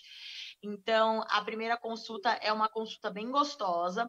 Quando a criança está um pouquinho maior e vem a primeira vez, lá para os 2 anos, aí já é um pouquinho mais... tem um pouquinho mais de dificuldade, né? Porque a criança de 2 anos é uma criança com uma psicologia diferente. É uma idade onde a criança está descobrindo o mundo, ela acabou de começar a andar, a falar. Então, é uma idade de difícil contato. Depende também da psicologia da criança, da personalidade da criança, né? Então, tem criança que aceita muito bem, tem criança que não. Mas eu gasto aí no meu consultório, se eu tenho esse tempo, né? Se não é uma urgência, ou por trauma, por cárie, ou qualquer outro fator, né? Se a criança não está com dor, é uma consulta de rotina, eu gasto aí 40 minutos conversando com a mãe e com a criança, e eu tenho vários brinquedos, e aí eu tenho o tigrão, né, que ele tem uns dentes, aí a gente escova a boca do tigrão, e mostra, e conversa. Geralmente, depois dessa conversa, eles costumam aceitar, mas tem criança que não aceita. Eles conversam, tá tudo bem, mas se chega perto da boquinha, porque a boca é muito íntimo. E essa idade dos 2 anos é uma idade mais resistente a coisas novas. Então, já é um pouquinho mais complicado, mas a primeira consulta é mais difícil. Eu peguei até um caso essa semana de uma bebê que ela veio por urgência, ela estava com estomatite, que é uma inflamação na gengiva, né? E aí a primeira consulta dela eu tive que fazer o laser, que é a luzinha, e aí foi bem difícil, porque era uma urgência. E aí ela veio para retorno, agora na terça-feira, uma semana depois, sentou, abriu a boca como se nada tivesse acontecido. Porque na primeira consulta ela viu que nada ia acontecer. E ela viu que eu fiz um monte de coisa e pus luzinha, e foi tudo bem. Então na segunda, tem nada aqui de mal não, então vou ficar na boa. Então as crianças, elas entendem muito isso, né? Processo. Sim, exatamente, é um processo. Com as crianças é um processo. Tem criança que é um processo muito mais longo, tem criança que é um processo de um dia, mas depende muito, mas tudo com muito amor, é o que eu falo, é sempre com muito amor, muito carinho e baseado em ciência, né? É a junção perfeita. Verdade. Você falou sobre sucção e aí me veio a questão da chupeta, né? Chupeta, tem criança que chupa o dedo. Eu acho que isso é uma coisa bacana também para a gente falar um pouquinho. Antes da gente entrar, depois dessa pergunta, eu vou fazer o meu momento Tira Minha Dúvida, que é um bate-bola que a gente faz, um mito e verdade, só para tentar solidificar um pouco algumas informações. E aí depois a gente já abre para a pergunta dos ouvintes, tá bom? Então, fala só um pouquinho para a gente da chupeta, essa bendita dessa chupeta. Se eu soubesse, nunca tinha dado essa bendita dessa chupeta para minha Laura. A chupeta, ela é muito prejudicial. Não só porque às vezes as mães acham que a chupeta ela é prejudicial só porque vai entortar os dentes. E aí uma frase que eu ouço muito. Depois usa aparelho. Depois usa aparelho. Só que não só para isso, a criança que amamenta, ela entra na confusão de bico. Então, qualquer bico que ela use, ela pode confundir, pode largar a amamentação antes da hora. E a Organização Mundial da Saúde recomenda a amamentação no peito até 2 anos. E às vezes a mãe tem leite, tem vontade, tem esse sonho, a criança mama, e aí acaba por uma confusão de bico, largando o peito, e é uma judiação, né? E além de que a chupeta, sim, ela bagunça toda a mordida, a oclusão, e não só isso, ela prejudica a formação do sistema estomatognático, que é esse sistema de deglutição, né? Então, prejudica a formação do sistema estomatognático, prejudica a formação das vias respiratórias. Então, a chupeta ela é muito prejudicial. Existem estudos científicos que falam que a chupeta previne o engasgo, né? Com refluxo e afins. Só que a vantagem e a desvantagem é muito maior do que a vantagem da chupeta. Então, se a gente for colocar na balança, perde-se muito. Então, eu nunca indico. Claro que tem mães que não encontram outra forma e acabam dando a chupeta. Se deu, tá tudo bem, isso não vai ser o fim do mundo para a saúde do seu filho, mas a gente tem que tirar na hora certa. Então, tem que tirar antes dos 2 anos de idade. Depois disso, aí vai ser só ladeira abaixo, muito mais difícil de tirar, muito mais prejudicial. E chega num ponto... A questão psicológica da criança só. Exatamente. Aquilo de... É o que sempre falam, vamos trocar. Essa troca mexe muito com o psicológico, porque se ela trocar a chupeta por outra coisa, depois ela vai sentir muita falta, e isso mexe com o psicológico da criança. Então, é bem complicado, tem que tirar o antes possível. Uma dica que eu dou, as mães falam, tem dica, vamos furar a chupeta, vamos colocar chia na chupeta, vamos colocar no café, vamos colocar na pimenta. Essas dicas existem? Elas existem. Mas a dica melhor é conversa e amor e carinho. Quero muito uma chupeta. Pega no colo, abraça, conta uma história, distrai essa criança, porque a substituição da chupeta, ela é prejudicial para o psicológico da criança, né? E outra coisa também é que chega num determinado tempo que a chupeta prejudicou tanto a mordida da criança, a formação desses ossos da face, dos músculos da face, que não tem mais conserto. Aparelho nenhum resolve. Aí teria que entrar no caso cirúrgico. E eu com certeza acho que nenhuma mãe quer que seu filho passe por uma cirurgia para consertar isso.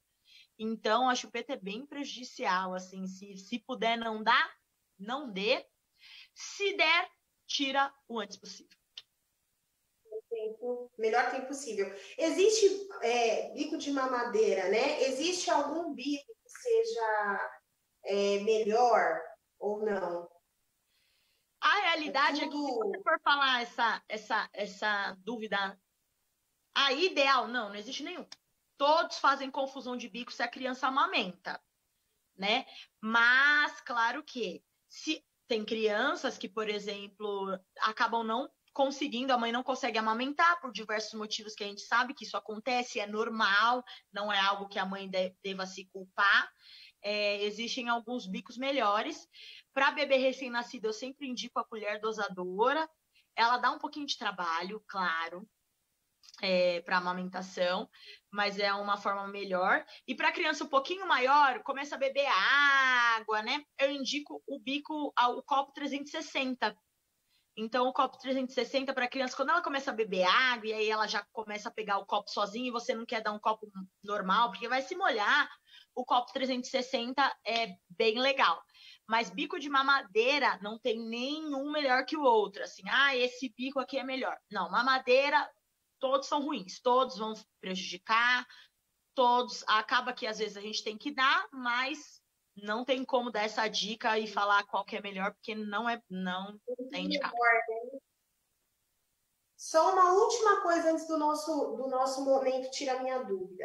Existe uma idade específica para colocar aparelho? Não existe uma idade específica, né? Algumas crianças precisam antes que as outras.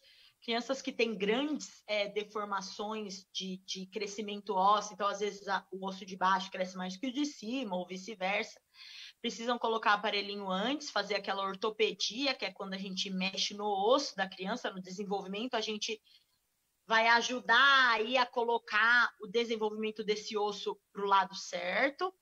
Então, às vezes, criança com 6 anos, 7 anos já precisa colocar aparelho, mas tem criança que só quando tem a maioria dos dentes permanentes, então não existe uma idade certa, não. Vai depender realmente de cada criança. Antes da troca de dentição, aparelho móvel? Sim, antes da troca, sim. Pode ser que talvez ele já tenha a maioria permanente, a gente pode entrar com um aparelhinho fixo, mas tem crianças que nem assim é indicado. Às vezes tem crianças que a gente prefere esperar ter só dente permanente, a formação da raiz também, do ápice da raiz do dente no raio-x está ok, para a gente colocar uma força ali. Tem criança que não, que a gente consegue estar aí com alguns dentes permanentes, maioria permanente, a gente já consegue colocar um aparelhinho fixo. Certo. Então, vamos lá agora para o nosso momento Tira Minha Dúvida. Vamos lá, Rick.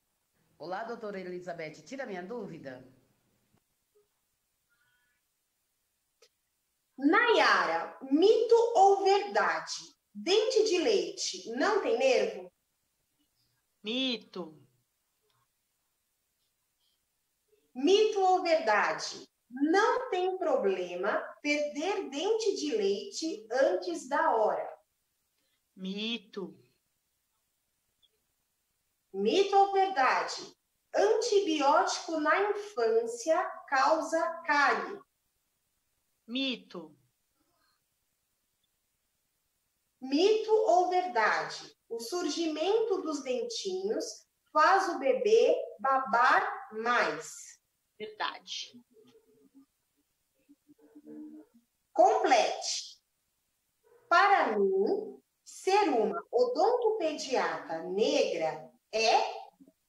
Resistência, representatividade, orgulho. Adoro! Muito obrigada. Vamos para as perguntas? Rick, a gente tem pergunta para responder? Sei que a gente está ultrapassando um pouquinho, mas se tiver algumas perguntas, depois delas a gente já faz a nossa consideração final.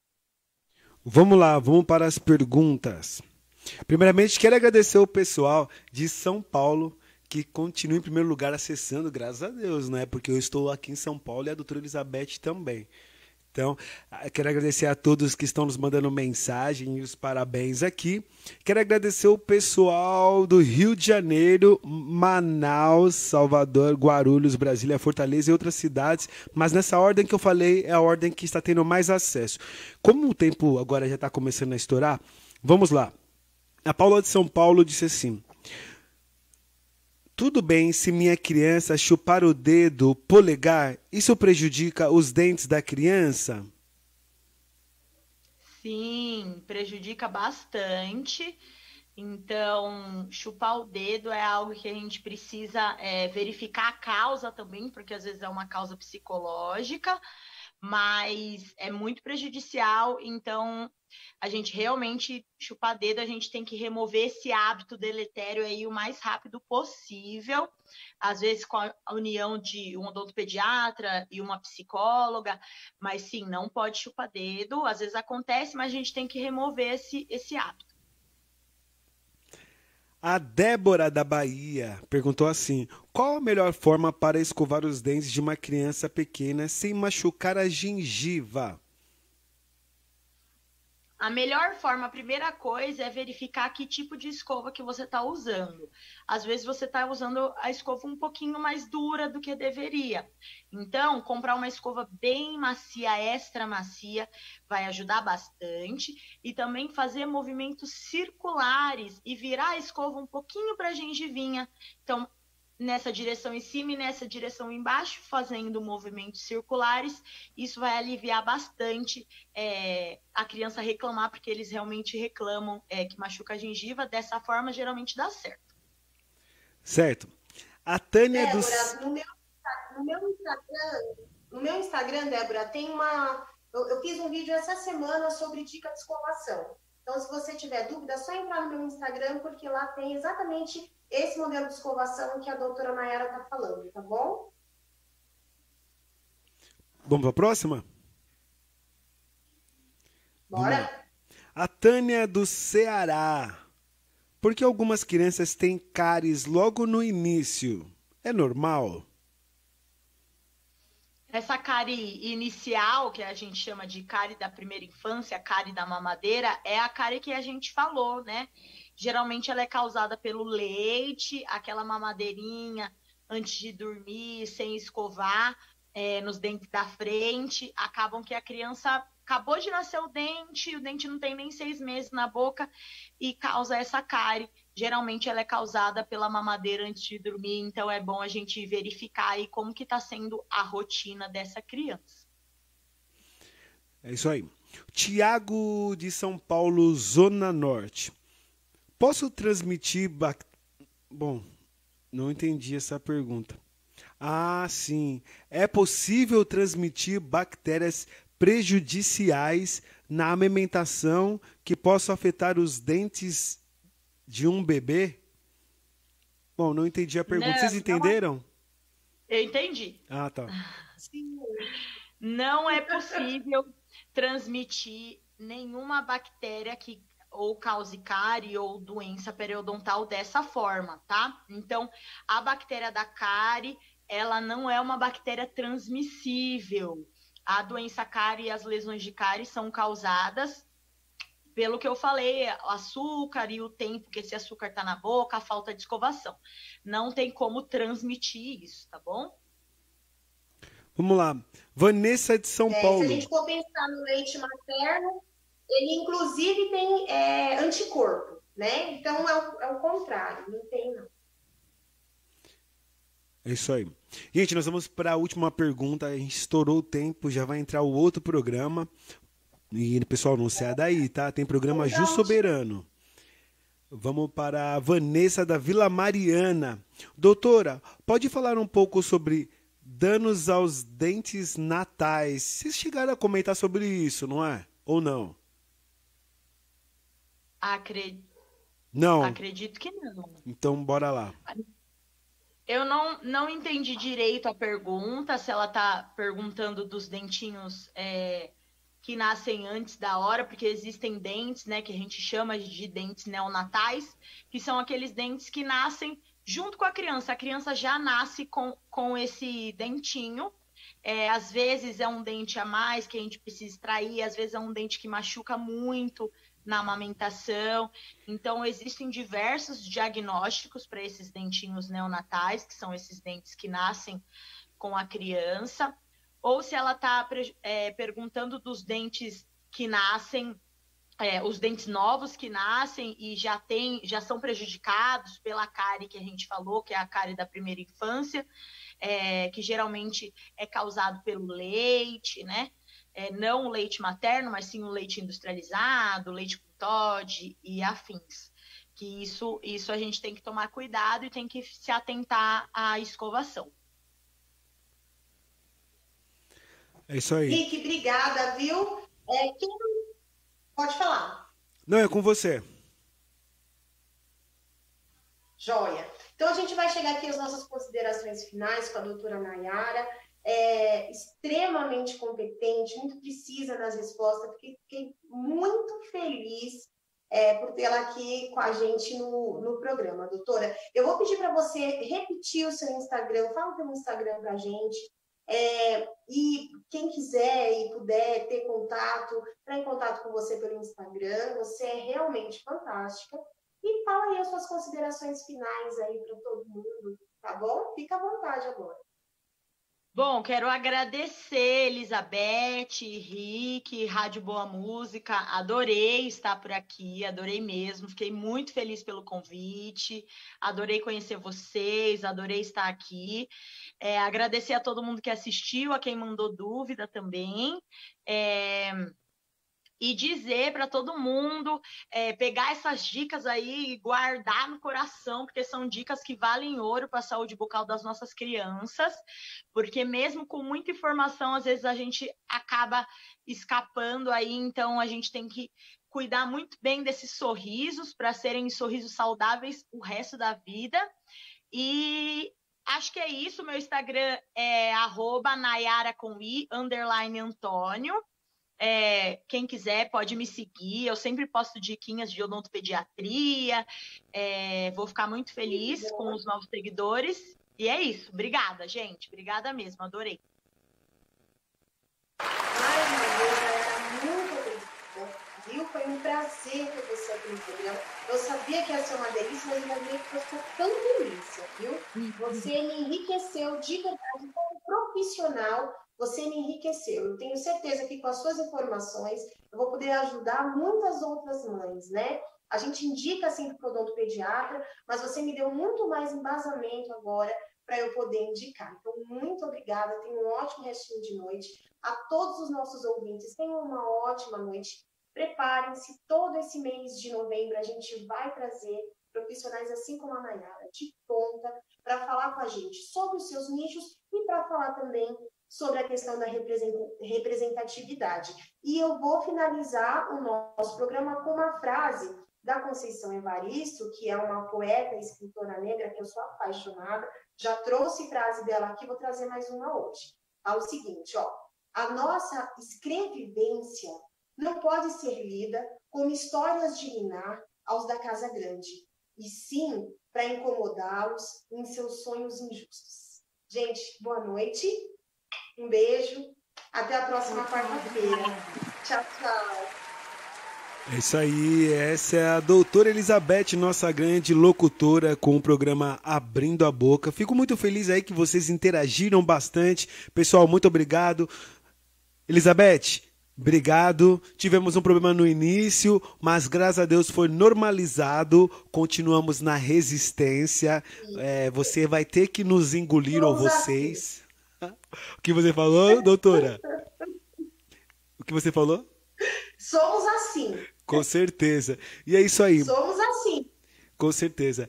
E é isso aí, muito obrigado. E agora vamos para a dica de saúde que preparamos para finalizar esse programa. Beijão, Elizabeth. Beijão, audiência. Daqui a pouco, Ju Soberano.